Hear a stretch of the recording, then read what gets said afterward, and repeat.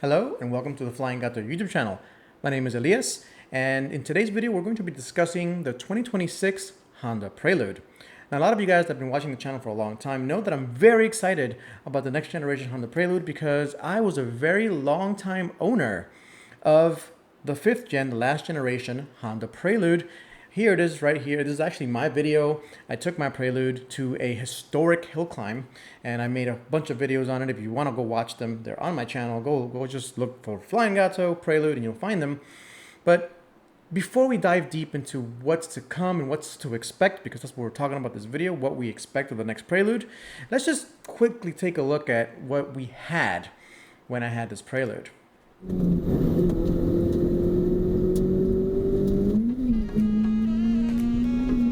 By the way, that's this hat that you see in that video.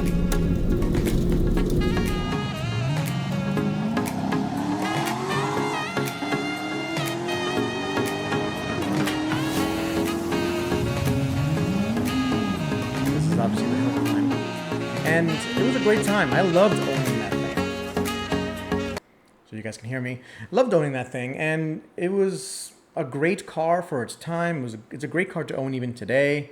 I'm glad that it's in good hands. I actually kind of sold it back to the original owner that I bought it from, that I had bought it from back in 2008. I bought the Prelude, and I drove that thing as my only car for almost 10 years. And now it's back with my friend that I bought it from, and he's been taking it to track days and having some fun with it. I think one day I'll buy it back from him, but it's basically with the family, within the family, so I'm okay with it. But let's get started on the next gen Prelude. So this is the next generation Prelude concept. This came out about a year ago, and everybody was super excited. Now, the one thing I wasn't excited about was that I thought it was only going to be an EV, a battery-operated vehicle. I didn't like that. But luckily, we know for a fact that it's going to be a hybrid. And then I started thinking, it's like, wait a minute. This is going to be the next generation Prelude. I know what the Prelude is. I know what Honda does with the Prelude. And the fact that the Prelude hasn't existed since 2001, that was the last model year. So it hasn't been around for 25 years. They're bringing it back. It tells us that they're up to something. Honda is up to something here. And it's up to us to kind of investigate and figure out what it is. And I did just that. So let's figure out the past. Let's figure out what the Prelude meant to Honda in the past to figure out what this thing means for our future, for Honda's future, for the Prelude's future. This is going to be pretty awesome. I hope you guys enjoyed the video. Let me know down in the comments if you have any questions or comments or concerns. If you want me to do any other type of video, let me know. On to the past. So first generation Honda Prelude. The key aspect of this Honda Prelude was that it was based on the Accord, but they actually took the Accord chassis and made it smaller. They made it a little less long to make it a little bit more fun to drive around. And then they took the hood in the front, made it longer, right? So you can see right here, it's a much longer hood. It's kind of cool actually, but the hood itself is a distinctive design for this generation Prelude. And the main thing that Honda did with this was it introduced a moonroof slash sunroof to their lineup. This is the first car that Honda put a moonroof on, right? And so all the way at the top, I put the definition of Prelude in music terms. So an introductory piece of music, most commonly an orchestral opening to an act or an opera, the first movement of a suite or a piece preceding a fugue. Now, some general music terms there. The reason that I chose the musical definition is because Honda loves to name their cars after music. There's the Honda Concerto, Honda Jazz, the Honda Accord, right? Musical. The Honda Prelude, musical. These are all musical terms, so Honda loves that. But the Prelude is chosen for a reason, right? It's chosen because Honda uses the Prelude as a platform to tell you what the future is going to bring for the rest of the Honda lineup. And that's what this was. So you see on the left here, you see that the gauge cluster was kind of interesting. This is back in 1979. This was a very futuristic gauge cluster. It had the sweeping RPMs in the middle, and it had the miles per hour or kilometers per hour on the outside of it. The interior itself, if you look on the right, very, again, technological, very future facing. It wasn't the standard gauge cluster you'd have on most cars in the 70s. And so this was the car that Honda used to look to the future. Again, there's that moonroof, that sunroof that they've never had on any car before. They had it on this car. So let's go on to the second generation. And what did that do? This is the second generation. Beautiful Honda Prelude. Didn't sell well. For the first generation, didn't sell well at all. Second generation sold much better, but still didn't quite sell as good as we wanted it to sell, or Honda wanted it to sell, but it was fine. It did okay. What was the main innovation of the second generation Honda Prelude? It's the double wishbone suspension.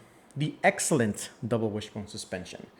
On the right there, you see a double wishbone suspension kind of blown out and shown, but this is the first time you see the double wishbone suspension being used on any of the Honda products. They basically took a Formula One derived technology, packaged it for a compact car, put it into the Prelude first, and then almost all the Hondas got double wishbone after that. The golden era Hondas that we all love, the Honda S2000, the Honda Civics from the 90s, the Accords from the 90s, all of these vehicles had double wishbone. And the double wishbone design, what it really does, or the unequal arm length double wishbone to be exact, is it gives you negative camber as you do a bump steer activity. So as your tire hits a bump or gets compressed, it gets you a little bit more negative camber, basically giving you more stability on the road. They also had slightly more powerful engines, like 10 more horsepower than the Accord, and it looked pretty dang good. This actually sold decently well, but again, it was a slow seller. So the first generation sold terribly. They only sold it for like 2 or 3 years. They changed it up.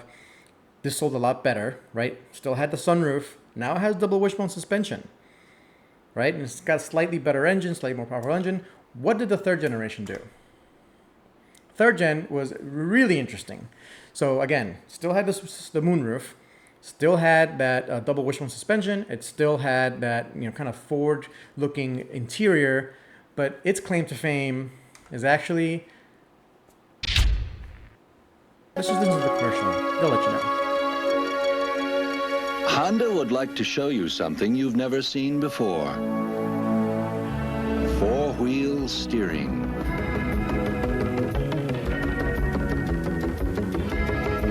Four-wheel steering from Honda, only on the new Prelude SI. It's an incredible turn of events. Four-wheel steering. Isn't that amazing? I mean, cars of today don't even use that, but Honda was experimenting with the biggest complaint with front-wheel drive is that it's not that fun to drive around, and it's the rear tires aren't doing anything. Let's have the rear tires do something, right? And so they introduced four-wheel steering on the Prelude, right? So the Prelude SI especially sold with a lot of four-wheel steering. This was a very popular model. Lots of people loved this Prelude generation. The 2.0 liter engine, the B20 engine, was really good. Had like 160 horsepower for the United States, which back then was really great. And it was just felt sporty, had the double wishbone suspension.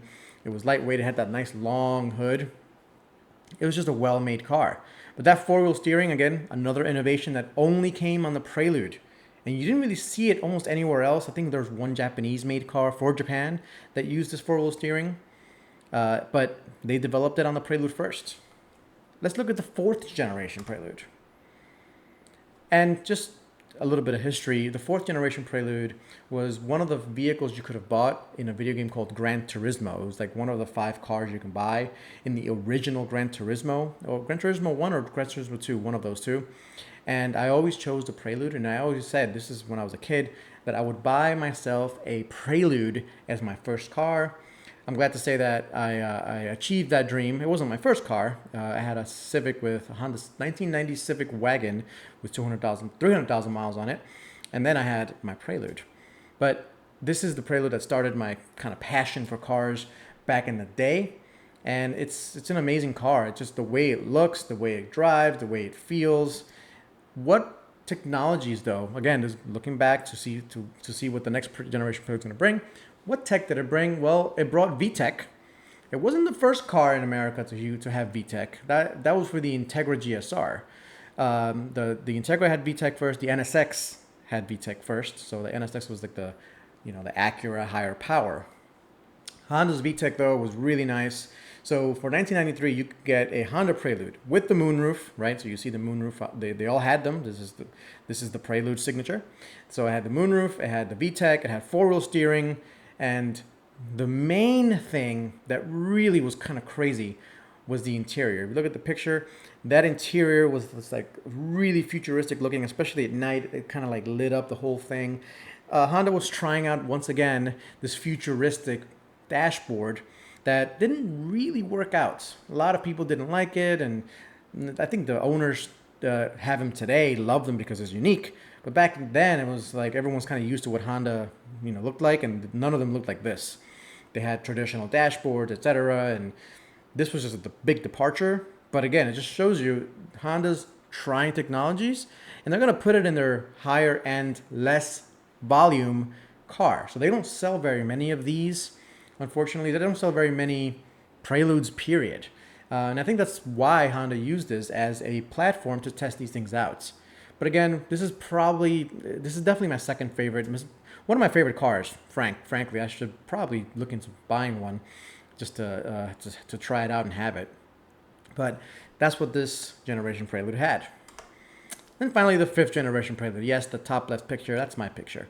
That's a picture of me driving my Prelude on track. This is at NCM Motorsports Park. Love that thing. Love the track. Love the car. Honda's tried lots of things with this car, and some of them weren't very good, and we got to talk about that. So let's go with the good stuff that they tried. So again, if you see, my car has a sunroof/moonroof. It's a great sunroof. It never leaked, thank God. But an issue that this thing had was the automatic transmission that they put into it. So if you look at the top right, you see the automatic there, the sequential sport shift transmission. I won't go into the nitty-gritty details, but effectively Honda was like, well, we have something called the G sensor now in the computer. Effectively, the car knows what's happening. Why don't we have something in the computer talk to the gear shifting mechanisms, and instead of having your throttle position, right, there used to be a cable that goes from your throttle to your transmission to tell the transmission, hey, we require more power, downshift. Why don't we tell the computer electronically through another computer? Why don't we tell the transmission through a computer when to shift? And hence was born the sequential sport shift. Problem was, it was very advanced. The machining tolerances and the manufacturing tolerances that needed to be worked out for these older, slower computers to work properly were very tight. And effectively what happened was that the transmission fluid would get really hot all the time, and it would grenade. It would just blow up transmissions. So the automatic sequential sport shift just didn't work. But they tried it on the Prelude first. They saw that it didn't work, tried something different. They actually put, in the Acuras, they put another similar type of transmission that also didn't work. And then they abandoned the whole thing altogether. But I'm glad to say that the Prelude was first at the sequential. The top right also shows, actually no, let's go top left. The top left, all the way in the top little left corner up there, shows a little radio, just acoustic feedback, right? And it was nothing special. Effectively, the speakers in the back had microphones and fed a computer in the radio. Hey, let's do a little bit of a delay to make the sound, make the sound a little better. It didn't really work. It was fine. It was kind of cool back in the day. This is back in 1997, 1998. And I've always wondered when I owned the car, I was like, what is this acoustic feedback system? What does that even mean? Who cares? And the problem was that the rear speakers were pretty crappy speakers anyway. But at the end of the day, it was an innovation, and that's what it was.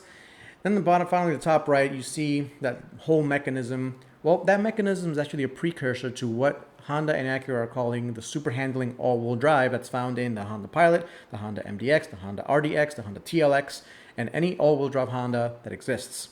The precursor to all of that technology started with Honda's ATTS, which was Active Torque Transfer System.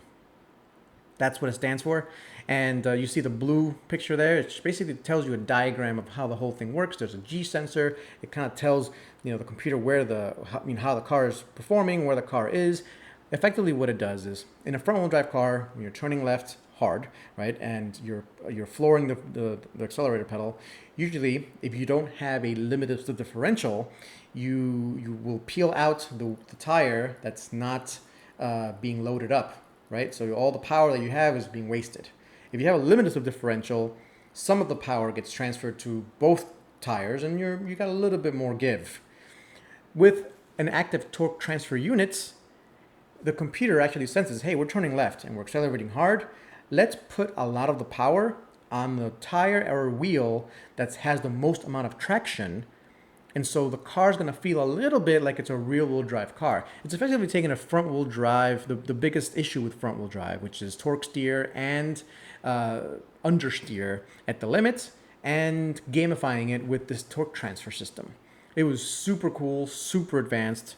The issue with it, if you used it on track a lot, was that it overheated a lot, and then the clutch packs in it just basically disintegrate after a while, and then you just become an open differential type of experience. But when it worked, it was super cool, and again, they learned everything they need to learn to put that thing in the back of their SUVs and cars actually, and now we have super handling all-wheel drive thanks to the Prelude. So now that we know all of this from the past, what's next? So this is the Prelude here, and I think it looks pretty cool. And on the right, you see the interior. So I think the next generation Prelude, what we know is that it's going to be hybrid. It's going to be a little bit upscale. You can tell from the interior, the seats are a little bit better. It's effectively a Honda Civic interior with a couple of updates. They're probably going to try something different for the infotainment or maybe the gauge cluster. We'll see what that looks like. But that's basically what it's going to look like. It's going to be something like this, right?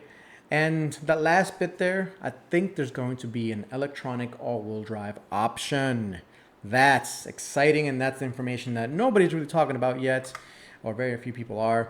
And so I started looking. I'm like, well, how would Honda do this? And so here we have from Honda's own filings, their own reports, what Honda's future looks like. On the top left hand, you see the e-all-wheel drive, and they're going to offer it to, starting 2026. They're going to offer it for peace of mind and more fun of driving. That's very important. Fun of driving. Keep that in mind, because knowing that they want to take this thing and make it more fun, take this electronic all-wheel drive system and make vehicles more fun, is going to tell you everything you need to know to basically figure out that they're going to put this in the Honda Prelude to test it out first. So they know that the Honda Prelude is not going to sell in big numbers. That's why it's a coupe. Very, very few people buy coupes these days. They're going to put it in a coupe, and they're going to put it in more upscale, so it's going to be more expensive than the Civic and the Civic hatchbacks. And they're going to see how people like it. And they're going to see how reliable it is. So on the top right, that's effectively tells you how this whole thing works. So the gearbox, it basically converts the torque that you get from the electric motor and can multiply the torque and give you instant torque right away to the wheels. And, you can do a lot of programming thing to this. You can make it drift. You can make this thing drift really easily with some programming language if you wanted to. A lot of cool things you can do with a electric motor and a small transmission attached to it. And then on the bottom left, the reason I put the bottom left there is because that's a picture not from Honda. That's a picture from Aisin. Aisin is basically a huge manufacturer in Japan. I believe they're partly or wholly owned by Toyota. But they build transmissions and differentials and all-wheel drive systems for Toyota. And on the bottom left, if you look at the picture itself, that kind of looks like the Prelude to me. Maybe I'm wrong. But this is, again, this picture on the bottom left is buried in their filings. You have to click numbers of things to get to this. But once you find it and you're like, wait a minute, once you've been looking at the Prelude concept like I have, this almost looks like a Prelude. It's a two-door. It's a two-door car. You can plainly see it's a two-door car. And Toyota doesn't have very many two-door cars. Definitely front-wheel drive. Definitely a hybrid. And it definitely has an e-axle. In fact, it's a very similar picture or design to what Honda's showing, although Honda's showing theirs in basically like a CRV type thing. It's funny that Aisin decided to use a coupe that looks similar to the Prelude to showcase their future e-all-wheel drive systems. And on the bottom right, that's basically what an e-all-wheel drive system looks. And the cross section, it's fairly simple. The magnets, I kind of like it. So it's gonna be, I'm predicting it's going to be e-all-wheel drive. The next thing I'm gonna predict is that they're gonna add whatever this is. And so what the heck is this? Do you remember back when the third generation Prelude came out? It came out with the four-wheel steering, right? So the rear steered out, and that's to combat the issues, let's say, of front-wheel drive. And so, again, buried in Honda's financials and financial presentation, you see, and I'm just going to read it for you guys, realizing a sporty driving experience with vehicle control that at the will of the driver, made possible by the motion management system that utilizes robotics technology. So I always wondered what their robot was for. Their Asimov, I believe it's called, or Asimo. Maybe I'm getting the name wrong. Correct me if I'm wrong in the comments. But Honda's robot has been around for like 20 years or something like that, and they've always been developing it forever. Honda develops weird stuff all the time. They have the Jets, which is an amazing, great Honda Jet. They have this robot thing. They have a V8. They actually have a V8 in boats, by the way. So I think maybe Honda's going to put a V8 in one of their vehicles eventually, because that's how they do things sometimes. They take the V8, put it in the marine equipment, and sometimes that stuff ends up in our cars. We shall see. But then we have this 3D motion integrated control that came out of the robot that you see here, and they're calling it the Honda Zero series. So turn and accelerate stable vehicle posture, change direction with high responsiveness, high precision estimation based on robotics technology enables tight turns, optimal load distribution to all four wheels.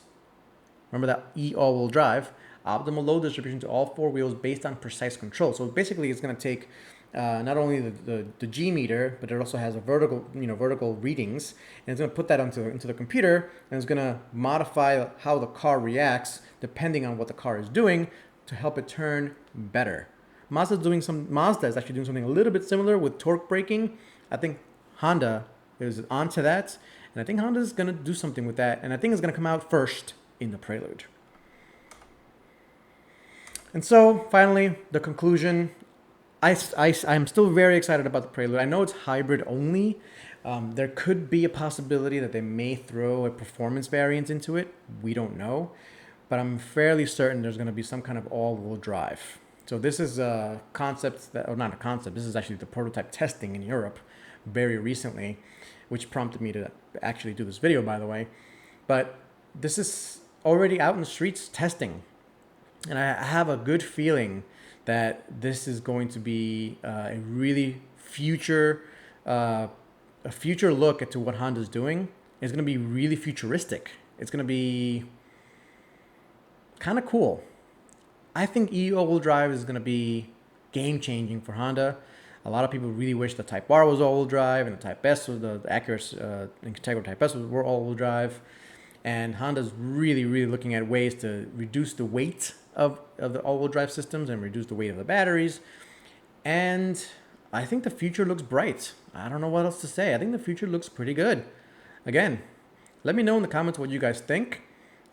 And yeah, we'll leave it there. I'll catch you guys next time. Peace.